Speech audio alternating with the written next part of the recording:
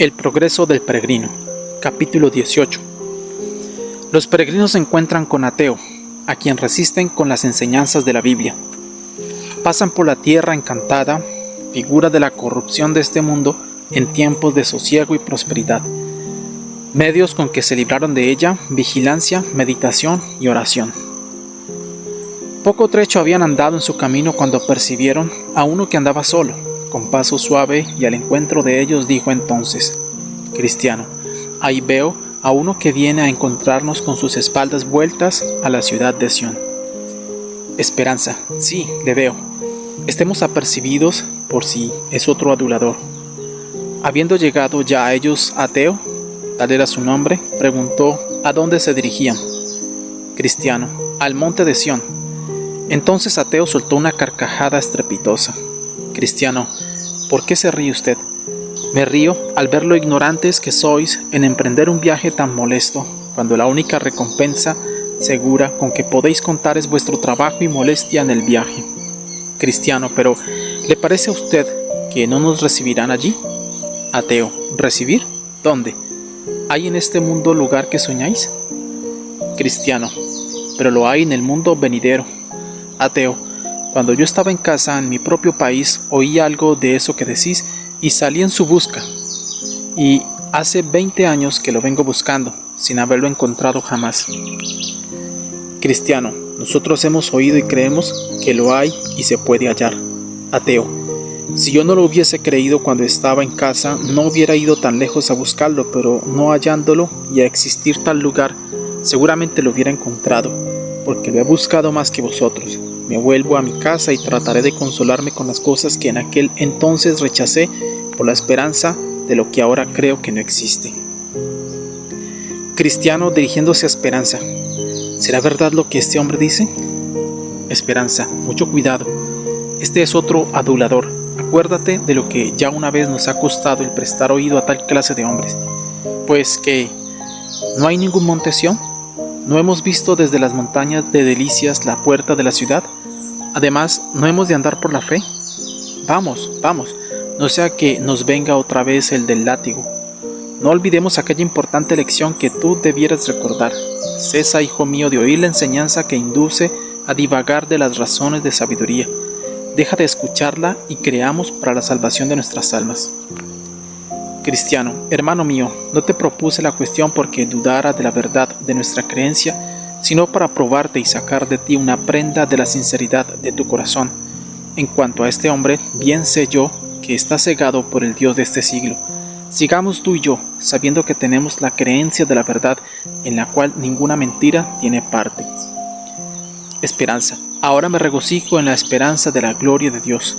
Y se retiraron de aquel hombre, y él, riéndose de ellos, prosiguió su camino. Entonces vi en mi sueño que siguieron hasta llegar a cierto país, cuyo ambiente naturalmente hace soñolientos a los extranjeros. Esperanza empezó en efecto a ponerse muy pesado y con mucho sueño, por lo cual dijo: Esperanza, voy teniendo tanto sueño que apenas puedo tener abiertos mis ojos. Echémonos aquí un poco y durmamos. Cristiano, de ninguna manera, no sea que si nos dormimos no volvamos a despertar. Esperanza, ¿y por qué? Hermano mío, el sueño es dulce al trabajador. Si dormimos un poco, nos levantaremos descansados. Cristiano, ¿no te acuerdas que uno de los pastores nos mandó cuidarnos de tierra encantada? Con eso quiso decirnos que nos guardásemos de dormir. Por tanto, no durmamos como los demás. Antes velemos y seamos sobrios. Esperanza, reconozco mi error, y si hubiera estado aquí o hubiera corrido peligro de muerte, y veo que es verdad lo que dice el sabio, mejores son 2 que 1. Hasta aquí tu compañía ha sido un bien para mí, y ya tendrás una buena recompensa por tu trabajo. Cristiano, para guardarnos pues de dormitar en este lugar, empecemos un buen discurso. Esperanza, con todo mi corazón. Cristiano, ¿por dónde empezamos? Esperanza, por donde empezó Dios con nosotros, pero ten tú la bondad de dar principio. Cristiano, voy pues a hacerte una pregunta. ¿Cómo pasaste a pensar en hacer lo que estás haciendo ahora? Esperanza, ¿quieres decir que cómo llegué a pensar en ocuparme del bien de mi alma? Cristiano, sí, ese es mi sentido. Esperanza, hacía ya mucho tiempo que yo me deleitaba del goce de las cosas que se veían y vendían en nuestra feria. Cosas que según creo ahora me hubieran sumido en la perdición y destrucción a haber seguido practicándolas. Cristiano, ¿qué cosas eran? Esperanza, pues eran los tesoros y riquezas de este mundo. También me gozaba mucho en el bullicio, la embriaguez, la maledicencia, la mentira, la lujuria, la infracción del día del Señor y qué sé yo cuántas cosas más, que todas tendían a la destrucción de mi alma, pero por fin oyendo y considerando las cosas divinas que oí de tu boca y de nuestro querido fiel, muerto por su fe y buena vida en la feria de vanidad, hallé que el fin de estas cosas es muerte, y que por estas cosas viene la ira de Dios sobre los hijos de desobediencia. Cristiano, ¿y caíste desde luego bajo el poder de esa convicción? Esperanza, no quise desde luego reconocer la maldad del pecado ni la condenación que le sigue.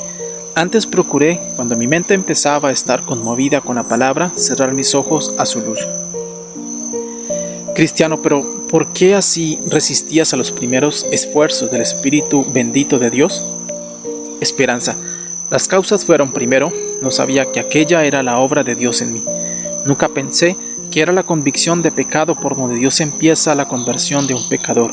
Segundo, todavía era muy dulce el pecado a mi carne y sentía mucho tener que abandonarlo. Tercero, no acerté a despedirme de mis antiguos compañeros cuya presencia y acciones me eran tan gustosas. Cuarto, eran tan molestas y terroríficas las horas en que sufría por estas convicciones que mi corazón no podía soportar ni aún su recuerdo. Cristiano, ¿es decir que algunas veces te pudiste desembarazar de tu molestia? Esperanza, ciertamente, pero nunca no del todo, así que volvía otra vez a estar tan mal y peor que antes. Cristiano, ¿qué era lo que te traía una y otra vez los pecados a la memoria? Esperanza, muchas cosas, por ejemplo, el encontrar simplemente a un hombre bueno en la calle, el oír alguna lectura de la Biblia, el simple tener un dolor de cabeza, el que algún vecino estaba enfermo o el oír tocar la campana a muerto, el mismo pensamiento de la muerte, el oír referir o presenciar una muerte repentina, pero sobre todo el pensar en mi propio estado y que muy pronto iba a comparecer a juicio. Cristiano, ¿y pudiste alguna vez sentir alivio del peso de tu pecado cuando de alguno de estos modos se te hacía presente? Esperanza, al contrario, entonces tomaba más firme posesión de mi conciencia y el solo pensar en volver al pecado, aunque mi corazón estaba vuelto contra él, era doble tormento para mí. Cristiano, ¿y cómo te arreglabas para ello? Esperanza, pensaba en que debía hacer esfuerzos para enmendar mi vida, porque de otra manera era segura mi condenación. Cristiano, ¿y lo hiciste? Esperanza, sí, y rehuía no solo de mis pecados, sino también de mis compañeros de pecado, y me ocupaba en pláticas religiosas como orar, leer, llorar por mis pecados, hablar la verdad a mis vecinos, etc. Tales cosas hacía y muchas más que sería prolijo y difícil enumerar. Cristiano, ¿y te creías ya bueno con eso? Esperanza, sí, por un poco de tiempo, mas muy pronto volvía a abrumarme mi aflicción, y eso a pesar de todas las reformas. Cristiano, ¿pero cómo así? ¿Estando reformado? Esperanza, varias eran las causas para ello. Yo recordaba palabras como estas: todas nuestras justicias son un trapo de inmundicia. Por las obras de la ley ninguna carne será justificada. Cuando hubiereis hecho todas estas cosas, decid: siervos inútiles somos. Otras muchas por este estilo.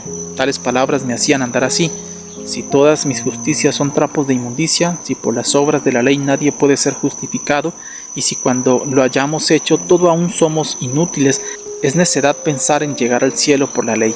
Además anduve así: si un hombre adquirió una deuda de 1,000 pesos con un comerciante, aunque después pague al contado todo lo que lleve, sin embargo su antigua deuda queda en pie y sin borrar en el libro, y cualquier día el comerciante podrá perseguirle por ella y echarle a la cárcel hasta que la pague.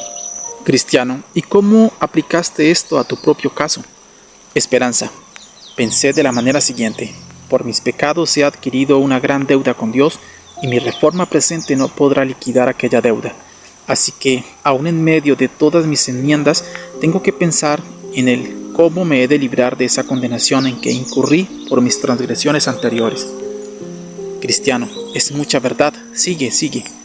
Esperanza, otra de las cosas que más me sigue molestando desde mi reciente reforma es la siguiente, que si me pongo a examinar minuciosamente aún mis mejores acciones, siempre puedo ver en ellas pecado, nuevo pecado mezclándose con todo lo mejor que pueda hacer, de manera que me veo obligado a suponer que, a pesar de mis anteriores vanas ideas de mí mismo, de mis deberes, cometo en un día pecado bastante para hundirme en el infierno, aunque mi vida anterior hubiese sido intachable. Cristiano, ¿y qué hiciste después de estos pensamientos? Esperanza, ¿qué hice? Yo no sabía qué hacer hasta que abrí mi corazón a Fiel, porque él y yo nos conocíamos mucho y me dijo que solo con la justicia de un hombre que nunca hubiese pecado, yo podía salvarme. Ni mi propia ni la de todo el mundo era bastante para ello. Cristiano, ¿y te pareció eso verdad? Esperanza, si me lo hubiera dicho cuando estaba tan contento y satisfecho de mis propias reformas, le hubiera llamado necio. Pero ahora que veo mi propia debilidad y el pecado mezclado en mis mejores acciones, me he visto obligado a ser de su opinión. Cristiano, pero cuando él te hizo por primera vez esta indicación, ¿te parecía posible encontrar un hombre tal de quien se pudiera decir que nunca había pecado? Esperanza, tengo que confesar que sus palabras en un principio me parecieron muy extrañas, pero después de más conversación y más trato con él me convencí realmente de ello. Cristiano, ¿y le preguntaste quién era ese hombre y cómo habías de ser justificado por él? Esperanza, sí, y me dijo, es el Señor Jesús que está a la diestra del Altísimo, y añadió, has de ser justificado por él de esta manera, confiándote en lo que él por sí mismo hizo en los días de su carne y lo que sufrió cuando fue colgado en el madero. Me pregunté además, ¿cómo podía ser que la justicia de aquel hombre pudiese tener tal eficacia que justificase a otro delante de Dios? Y me dijo que aquel era el Dios poderoso y que lo que hizo y la muerte que padeció no eran para sí mismo, sino para mí, a quien serían imputados sus hechos y todo su valor al creer en él. Cristiano, ¿y qué hiciste entonces? Esperanza, hice objeciones contra la fe de esto, porque parecía que el Señor no estaba dispuesto a salvarme. Cristiano, ¿y qué te dijo Fiel entonces? Esperanza, me dijo que fuera a él y viera. Yo le objeté, esto sería en mí presunción. Él me contestó que no, que había sido invitado a ir. En esto me dio un libro que Jesús había dictado para animarme a acudir con más libertad, añadiendo que cada jota y tilde en él estaba más firme que el cielo y la tierra. Entonces le pregunté qué era lo que debía hacer para acercarme a él, y me enseñó que debía invocarle de rodillas, debía implorar con todo mi corazón y mi alma al Padre a que revelase a su Hijo en mí. Volví a preguntar acerca de él, cómo debía hacer de mis plegarias, y me dijo, vete y le hallarás sentado sobre un propiciatorio donde permanece siempre para dar perdón y remisión a los que se le acercan. Le manifesté que no sabría qué decir cuando me presentase a él, y me recomendó que le dijese palabras como estas: Dios, sé propicio a mi pecador, y hazme conocer y creer en Jesucristo, porque reconozco que si no hubiera existido su justicia, o si no tuviera yo fe en ella, estaría del todo perdido. Señor, he oído que tú eres un Dios misericordioso, y que has puesto a tu Hijo Jesucristo como Salvador del mundo, y que estás dispuesto a concedérselo a un pobrecito pecador como yo, y en verdad que soy pecador. Señor, manifiéstate en esta ocasión y ensalza tu gracia en la salvación de mi alma, mediante tu Hijo Jesucristo. Amén. Cristiano, ¿y lo hiciste así? Esperanza, sí, 1 y 1000 veces. Cristiano, ¿y el Padre te reveló a su Hijo? Esperanza, no, ni la primera, ni la segunda, ni la tercera, ni la cuarta, ni la quinta, ni aun la sexta vez. Cristiano, ¿y qué hiciste al ver esto? Esperanza, no sabía qué hacer. Cristiano, ¿no estuviste tentado a abandonar la oración? Esperanza, sí, 200 veces. Cristiano, ¿y cómo es que no lo hiciste? Esperanza, porque creía que era verdad lo que me había dicho, a saber, que sin la justicia de este Cristo ni todo el mundo sería poderoso para salvarme, y por tanto discurría así conmigo mismo: si lo dejo, me muero, y de todos modos quiero más morir al pie del trono de la gracia.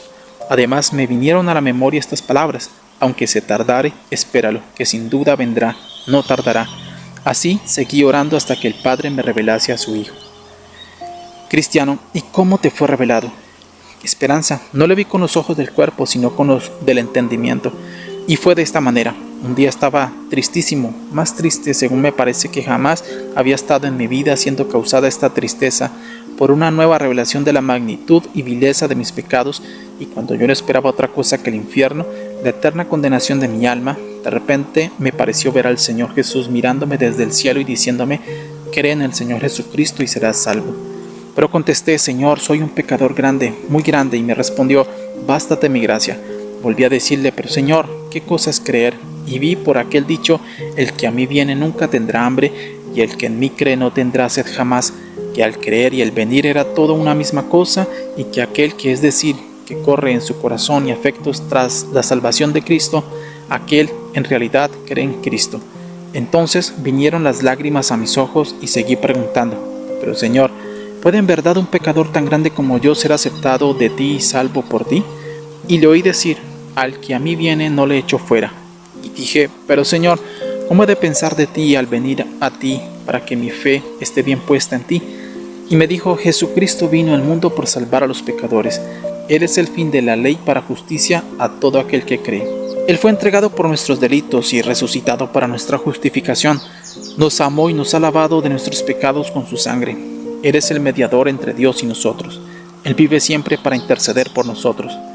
De todo lo cual colegí que buscar mi justificación en su persona y la satisfacción de mis pecados en su sangre, que lo que hacía él, obedeciendo a la ley de su Padre y sometiéndose a la pena de ella, no era para sí mismo, sino para aquel que lo quiera aceptar para su salvación y que es agradecido. Y entonces mi corazón se llenó de gozo, mis ojos de lágrimas y mis afectos rebosando de amor al nombre, al pueblo y a los caminos de Jesucristo.